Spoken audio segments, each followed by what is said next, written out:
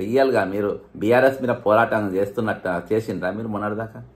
ఇప్పుడున్న కాంగ్రెస్ పార్టీ అధికారంలో కాంగ్రెస్ పార్టీ మీద పోరాటం చేస్తున్నట్టు మీకు అనిపిస్తుందా? ఈరోజు కాంగ్రెస్ పార్టీతో మీరు చేతులు కలిపినట్టు మాకు అనిపిస్తూ ఉన్నది. కాబట్టి ఈరోజు నరేంద్ర మోడీ గారు చేసినటువంటి కార్యక్రమం ఇది. దీన్ని మేము కొనసాగిస్తాం, దీన్ని సక్రమంగా మార్గంలో మేము నడిపిస్తాం. ఇది మేము దాన్ని పూర్తిగా బాసగా నిలబడతామని చెప్పేసి లక్ష్మణ్ గారు ఎందుకు మాట్లాడతలేరు? ఎందుకు దానికి స్ట్రాంగ్గా ఉండలేడు ఈరోజు? అంటే ఆ రోజు మరి హనుమంతుడు సంజీవిని కోసం ఏకంగా గుట్టనే తీసుకొని వచ్చాడు.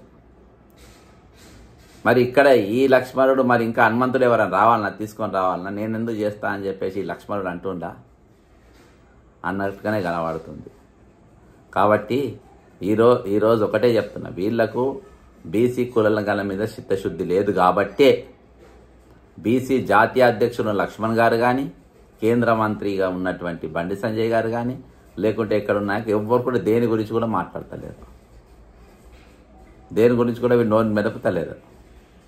కాబట్టి ఈరోజు నేను అదే చెప్తున్నా. అందుకనే పూసరాజం అడిగే దాటకుండా పూసరాజం అడిగే లోపటే రాజకీయాలని లక్ష్మణ్ గారు చేస్తున్నారు. దాటతారా లేదా అనే అనుమానం ఈరోజు మా అందరు కూడా కలుగుతూ ఉంది.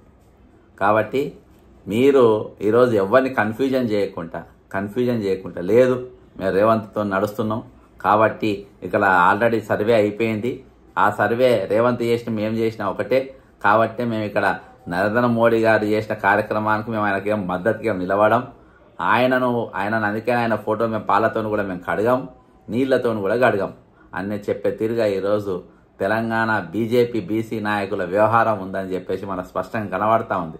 పైనకెళ్ళి ఆదేశాలు ఉన్నట్టున్నాయి, లేకుంటే కిందికెళ్ళి వీళ్ళే లాలూచిపడ్డారా? పైనకెళ్ళి ఆదేశాలు ఉండి ఈరోజు రేవంత్ రెడ్డి గారితో మీరు సర్దుమణిగిరా. ఈరోజు ఏది ఏమైనప్పటికీ రాహుల్ గాంధీయే ఈ బీసీ కులగణన దానికి ఆయన బ్రాండ్ అంబాసిడర్ అని చెప్పి మీరు ఒప్పుకున్నట్టే స్పష్టంగా కనబడుతుంది.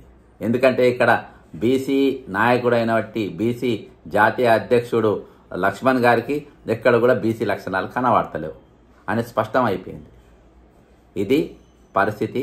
కాబట్టి ఏవైతే ఈ మ్యాచ్ ఫిక్సింగ్ పాలిటిక్స్ ఉన్నాయో ఇవి తెలంగాణ ప్రజలకు పూర్తిగా అర్థమైపోతుంది మీ కథలు. కాబట్టి బీజేపీ కార్యకర్తలారా మీరు గొంతు చించుకోకండి, గుండెలు చించుకోకండి.